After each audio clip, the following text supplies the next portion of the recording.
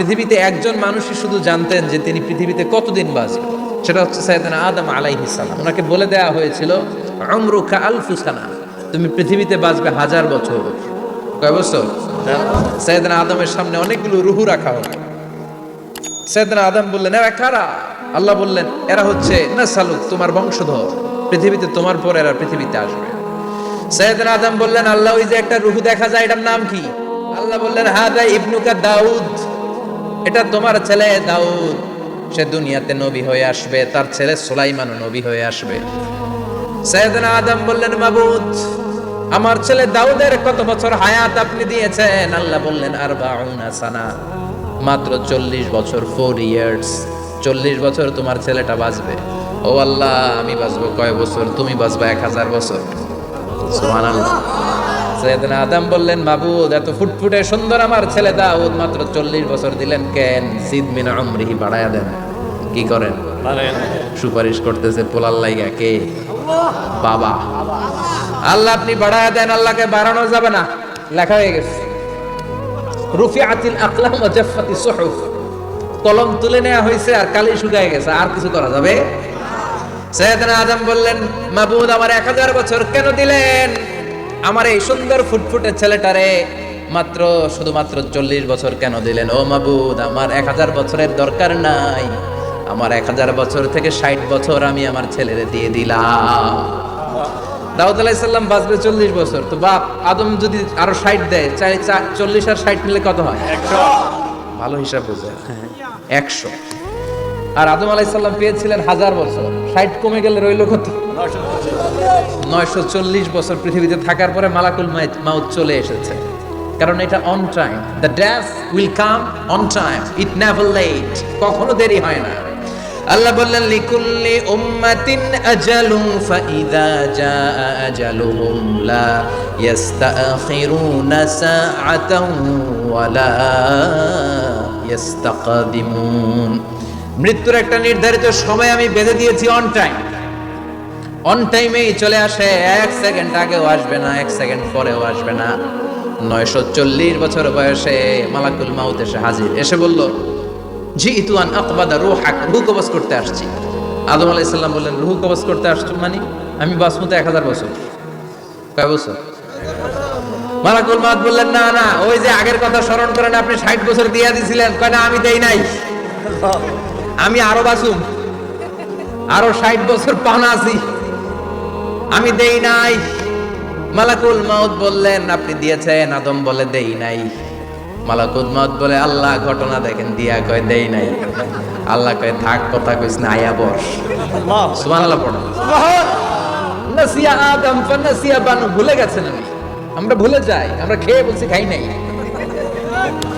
নিছিলাম পকেটে, কয় নেই নাই। এরকম ডাকাইত আছে না নাই? নাসিয়া আদম ফানাসিয়া বানু, বিশ্বনবী বললেন, আদম ভুলেছে তো তার সন্তানরাও ভুলে যায়। জাহাদা আদম ফাজাহাদা যুররিয়াতু, আদম অস্বীকার করেছে, তার সন্তানরাও অস্বীকার করে। সেদিন থেকে আল কিতাবা ওয়া শুহুদ, মানে লিখে রাখার সিস্টেম আর সাক্ষীর সিস্টেম চালু হয়েছে। সুবহানাল্লাহ পড়েন। সুবহানাল্লাহ। 940 বছর বয়সে মালাকুল মাউত এসে আদম আলাইহিস সালামের রূহ নিতে পারে নাই। উনি 1000 বছর যখন হয়েছে তখন এসে সাইয়েদনা আদম আলাইহিস সালামের রূহ কবজ করেছে। যেই দিন পৃথিবীর প্রথম মানব, প্রথম নবীর রূহ মালাকুল মাউত দুনিয়া এসে কবজ করেছে, ওই দিনটাও ছিল জুমাবার। সুবহানাল্লাহ, আল্লাহু আকবার। আবার বিশ্বনবী বললেন, লা তাকুমুস সাআহ ইল্লা ফি ইয়াউমিল জুমআহ, ইযা যুলজিলাতিল আরদু জিলজালাহা ওয়া আখরাজাতিল আরদু আসকালাহা, ইযা রুজ্জাতিল আরদু রাজ্জান ওয়া বুসাতিল জিবালু বাসসা। কিয়ামতের দিন পৃথিবীটাকে একটা প্রকম্পন দিয়ে কাঁপিয়ে দিবে কে? আল্লাহ। মারাত্মক একটা ঝাঁকুনি দিবে আল্লাহ, পুরো পৃথিবীটা কেঁপে ভেঙে চুরে খান খান হয়ে যাবে। এই ঝাঁকুনি আর আর্থকোয়েক, ভূমিকম্প এর ঘটনাটা যেদিন ঘটবে ওই দিনটাও হচ্ছে জুমার দিন। চিৎকার করে পড়েন সুবহানাল্লাহ। কারণ দিন নয়, ফিহি খালাকাল্লাহু আদম, কালকের এই দিনটায়, এই জুমার দিনে আল্লাহ তাআলা সাইয়েদনা আদম আলাইহিস সালামকে তৈরি করেছেন। সুবহানাল্লাহ। বিশ্বনবী বলেন, লাম্মা খালাকাল্লাহু আদম ওয়া কানা তুলুহু 60 যিরাআন, আল্লাহ তাআলা যখন আদম আলাইহিস সালামকে তৈরি করলেন 60 হাত লম্বা করে তৈরি করলেন। আর আমরাও যারা জান্নাতে ঢুকবো আমাদের আকৃতি থাকবে 60 হাত লম্বা। মজা করে সুবহানাল্লাহ পড়তে পারলেন না? আল্লাহ সাইয়েদনা আদমকে তৈরি করলেন এই জুমার দিনে। আবার সাইয়েদনা আদম আলাইহিস সালামকে পৃথিবীর বুকে তিনি পাঠিয়ে দিয়েছিলেন এই জুমার দিনে। সুবহানাল্লাহ। কুল নাহবিতু মিনহা জামিআ, ও Adam go down with your wife, তোমার স্ত্রী হাওয়াকে নিয়ে পৃথিবীতে নামো। সাইয়েদনা আদম আলাইহিস সালামকে আল্লাহ তাআলা পাঠিয়েছিলেন শ্রীলঙ্কার একটা পাহাড়ে, অ্যাডামস পিক। ওখানে ঐতিহাসিকভাবে প্রমাণিত, এটা হাদিসে নেই, কুতুবুত তারিখে এসেছে। শ্রীলঙ্কায় একটা পাহাড় আছে, কলম্বো থেকে অনেক দূর। ওই পাহাড়ের চূড়ায় সাইয়েদনা আদম আলাইহিস সালামের ফুটপ্রিন্ট আছে। ফুটপ্রিন্ট মানে পায়ের ছাপ। সুবহানাল্লাহ পড়ো। সুবহানাল্লাহ। এটারে বলে ফিঙ্গারপ্রিন্ট। এটার কি বলে? পায়ের গুলারে একজনের আঙ্গুলের ছাপের সাথে একজনের আঙ্গুলের ছাপের মিল নাই। শুধু তাই না, আমার এই আঙ্গুলের সাথে এই আঙ্গুলের ছাপের কোনো মিল নাই। আয়াহসাবুল ইনসানু আল্লান নাজমা ইযামা বালা কাদিরিনা আলা আন নুসাউইয়া বানানা।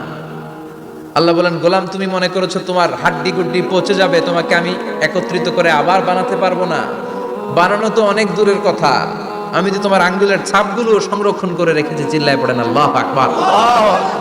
1880 সালে স্যার ফ্রান্সিস গাল্টন নামে একজন বিজ্ঞানী, তিনি আবিষ্কার করেছেন যে আমাদের আঙ্গুলের ছাপগুলো আলাদা, ফিঙ্গারপ্রিন্ট আলাদা। এই 10টা আঙ্গুলের একটার সাথে আরেকটার কোনো মিল নাই।